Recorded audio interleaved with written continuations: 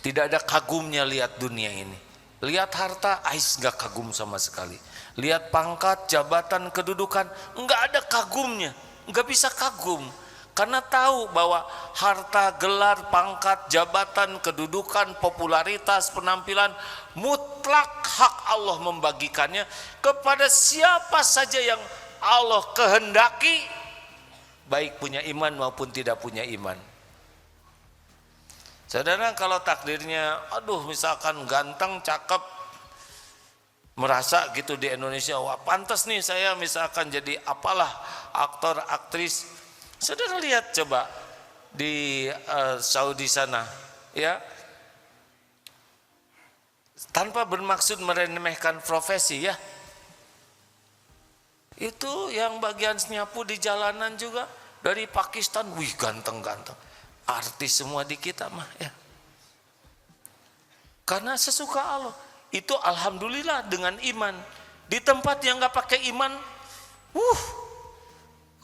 masya Allah, subhanallah, cakepnya luar biasa, nggak pakai iman. Berarti cakep itu dikasihkan ke siapa aja. Kayak saudara sudah dengar gangster Yakuza di Jepang, Carter Medellin, mafia luar biasa. Tidak punya agama, tidak punya kebenaran, kasih saja dunia, nggak dibawa kemana-mana. Jabatan Hitler kurang gimana, kan? Mao Zedong atau siapa yang dikenal dengan jabatannya tertinggi, tapi perilakunya tidak pakai iman, kasih saja jabatan. Maka orang yang yakin ke Allah tidak bisa kagum kepada pangkat, jabatan, kedudukan. Kita tetap baik dengan yang berpangkat, tapi nggak bisa hati itu menjadi gimana, biasa saja. Biasa saja. Biasa saja. Baik ke setiap orang, tapi tidak usah karena jabatannya ini kemudian seakan gimana gitu. Enggak. Halo, saudara, bukan berarti harus merendahkan. Jabatan itu nggak ada apa-apanya. Udah saudara nggak punya jabatan, sombong lagi. Ini kekayaan milik Allah semua. Ya kalau saudara nggak punya, nggak usah ngomong gitu. Udah di hati itu. Yang tong sombong maneh, ya mobil no Allah. Itu di sini, kan di sini ditonjok kalau di sini ada. Jadi hati itu juga tidak untuk meremehkan, tapi tidak ada kekaguman. Kenapa? Karena langsung ingat bahwa kekayaannya, kedudukannya, pangkatnya Allah yang memberikan. Bukan tanda kemuliaan, bukan tanda kesuksesan, tapi tanda besarnya ujian. S1 dengan S2 lebih berat mana ujiannya? Mana yang lebih mudah jadi sombong itu lebih berat? Dah susah sombongnya. Saudara S1-nya di mana? Di SD Sukarasa 3, S2 SMP 12. Tidak untuk meremehkan, tapi tidak juga untuk kagum. Jadi biasa saja. Jadi nanti ketemu dengan pejabat siapapun, kita tetap hormat, baik, tetapi tidak ada kekaguman kepada jabatannya. Tidak juga kita jadi pamer, merasa bangga, kenal ini, kenal ini, biasa saja. Nanti udah pamer-pamer, dipotret, tahu-tahu ditangkep, kan nggak enak ya.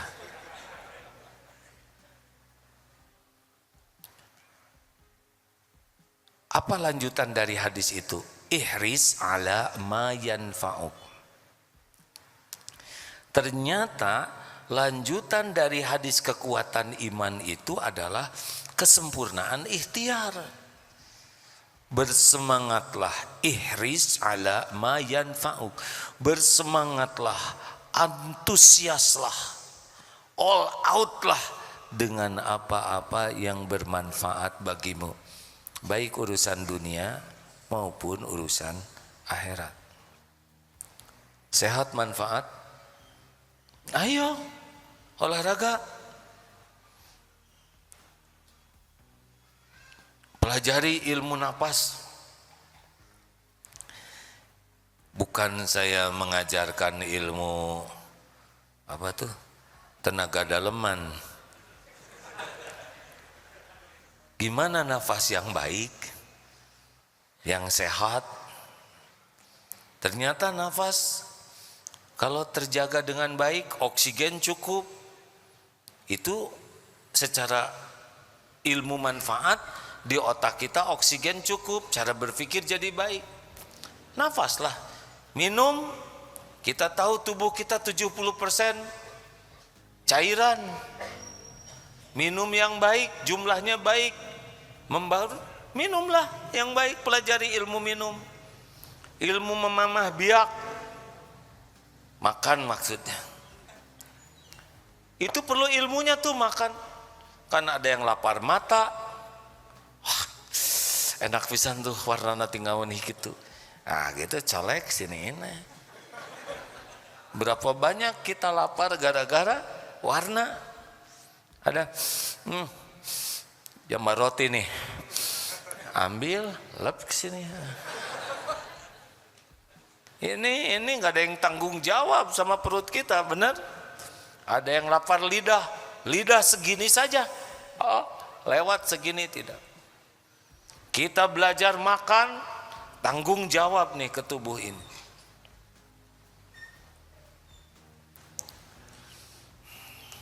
Ini at-tahadus bin ni'mah ya, syukuran kepada Allah.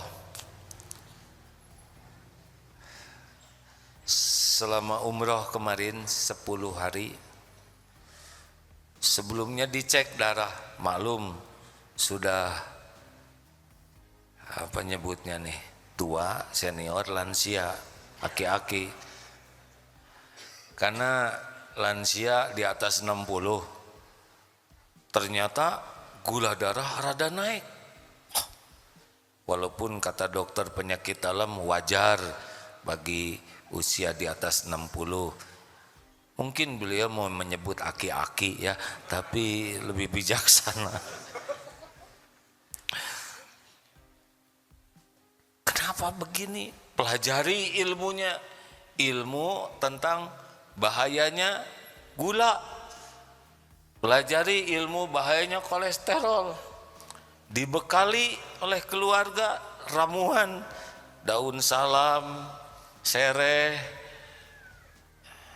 jahe, maaf ini bukan dagang hadirin ya, apa teh, yang manis-manis teh, kayu manis, tiap pagi rebusan, minum, masya Allah. Hari ini dites, gula di bawah 100, kolesterol di bawah 200, hanya 185, asam urat di bawah 7, 6,5. Aduh bahagia. Walaupun nggak tahu jujur atau tidak tuh ya si alat itu, tapi Allah nuhun. Syariatnya nahan di sana. Lihat kambing senyum, lihat ayam tenang sabar ya, ada waktunya. Sekarang waktu hanya melihat saja. Dedaunan, sayuran, kacang-kacangan, makanya agak mengembik sedikit itu. Ternyata sesudah tahu ilmunya, izin Allah jauh lebih seger, jauh lebih sehat. Oh, ilmu manfaat, ilmu makan dari Allah. Makanya jangan cuma makan saja hadirin. Bagaimana makan untuk sehat? Maaf, ini saya mohon maaf sekali ya.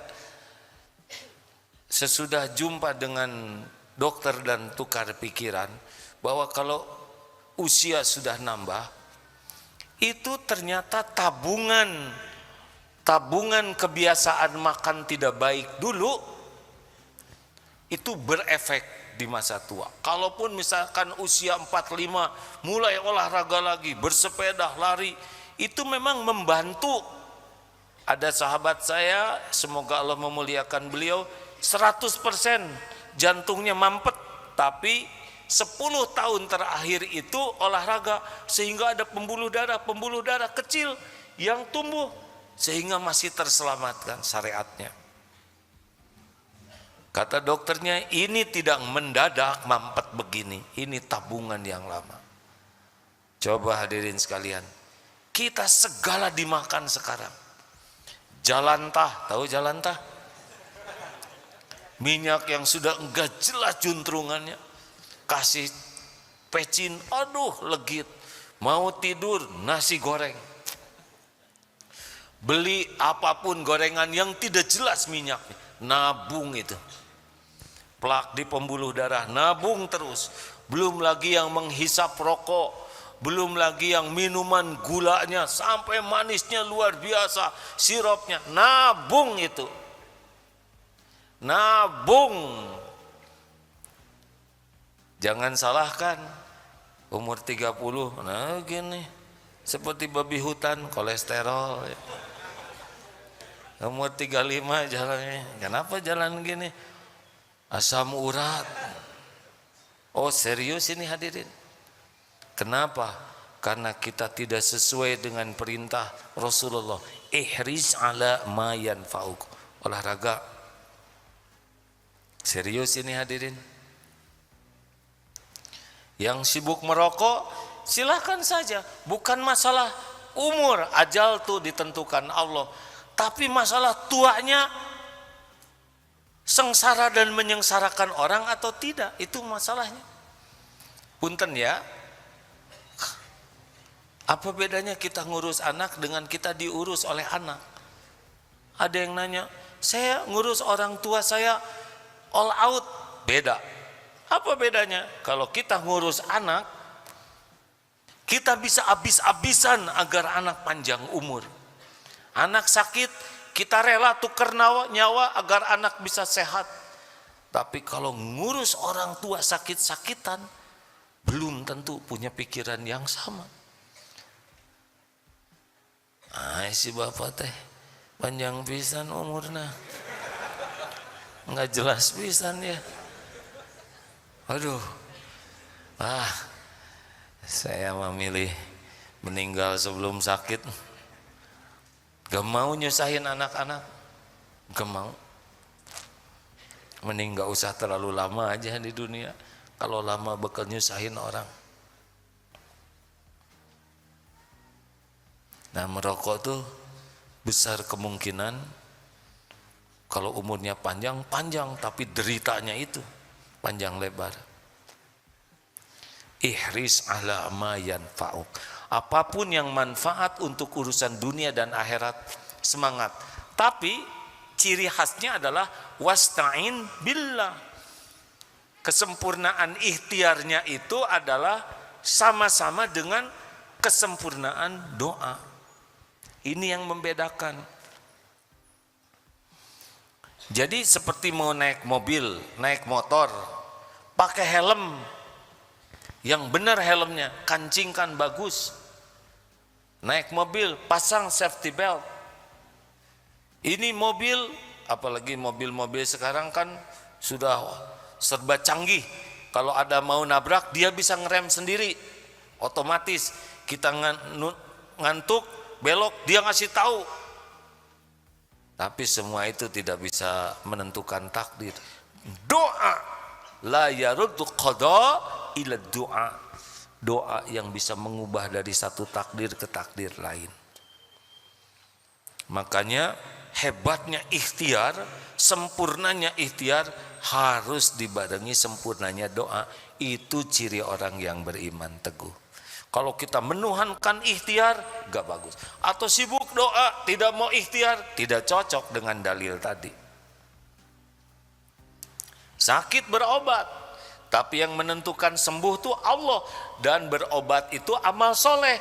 Dan doa mukhul ibadah, saripatinya ibadah. Jadi harus doa. Makanya kalau ada ikhtiar kurang doa, berarti kurang tuh keyakinannya. Atau sibuk doa tapi malas ikhtiar, ini juga tidak sesuai dengan yang dicontohkan Rasulullah SAW. Rasulullah Shallallahu Alaihi Wasallam ketika bertempur perang Uhud, baju besinya 2 lapis, beliau pakai helm sempurna. Padahal beliau tahu setiap musuhnya itu adalah makhluk ciptaan Allah, makhluk yang digenggam oleh Allah, makhluk yang tidak bisa memberi manfaat dan mudarat tanpa izin Allah. Tapi Rasulullah sempurnakan. Kenapa harus menyempurnakan ikhtiar? Sebagai amal soleh. Kita udah pakai helm, kemudian kita ketabrak meninggal, gak ada masalah. Tapi kita sudah punya amal melindungi tubuh kita. Jelas hadirin sekalian? Jadi yang orang-orang kurang doa itu masih kurang yakin. Karena orang yang yakin ke Allah tuh pasti banyak sekali doanya. Pasti banyak doa. Nih mau pergi dari rumah, mau ngaji ke sini. Periksa motor, ada remnya tidak? Jangan rem tangkal hadirin ya. Kan dulu astagfirullah. Ada naik sepeda dulu kan, yang paling gaya tuh yang gak ada remnya. Jadi ban depan itu ditekan pakai sendal. Oh, sendalnya masuk, cep, langsung ngaceng. Namanya rem tangkal. Tidak bisa. Pastikan bagus, pakai helm yang bagus. Bismillahi tawakkaltu 'alallahi la haula wala quwwata illa billah. Sedekah dah, lakukan yang terbaik. Wala ta'zaz, janganlah lemah menghadapi hidup ini. Jadi kalau ingin lihat orang yang kuat imannya, dia sempurna tidak ikhtiarnya, sempurna tidak tawakal doanya, sempurna tidak tuh. Jadi jangan menganggap wah itu kuat iman, tapi dia mah tidak mau ikhtiar. Tidak bisa. Rasulullah memberi contoh begitu, para sahabat juga begitu. Ketika Umar bin Khattab radhiyallahu anhu menuju Syria dan pada waktu itu ada wabah, mungkin saudara ingat hadis ini, teruskan atau jangan? Kata sebagian, teruskan. Takdir Allah tidak akan pernah ketukar. Kata yang lain, jangan. Akhirnya Umar bin Khattab memutuskan untuk kembali ke Madinah. Ditanya, mengapa engkau begitu? Ya, kita bergerak lari dari satu takdir ke takdir yang lain. Bagaimana sekiranya engkau membawa sekelompok, segerombolan, sekelompok ternak, di sini kering, di sana subur, mau engkau bawa kemana? Dibawa ke yang kering dengan takdir Allah, dibawa ke yang subur dengan takdir Allah. Barulah datang Abdurrahman bin Auf yang mengatakan, kalau suatu tempat ada wabah, yang di dalam jangan keluar, yang di luar jangan masuk. Jelas hadirin sekalian? Ini mau ulangan nih. Allah sudah tahu belum dek soal yang mau keluar? Santri, Allah tahu tidak soal-soal yang bakal keluar? Allah menyaksikan waktu guru bikin soal itu tidak? Tapi ini rapatnya rahasia, gurunya bikinnya rahasia di tempat yang tersembunyi, sampai guru itu pun tidak tahu di mana dia berada. Hah? Ini rapatnya rahasia, mereka bisik-bisik sampai tidak kedengaran apa yang dibisikinya. Allah tahu tidak? Ya Allah, engkau tahu soal yang akan keluar. Engkaulah yang menggenggam diri hamba. Pikiran ini adalah milikmu, mudah bagimu ya Rob memberitahu jawabannya. Allah dengar doa itu? Ya Allah, engkau maha baik, tidak mengecewakan. Tapi Allah lihat dia tidak belajar.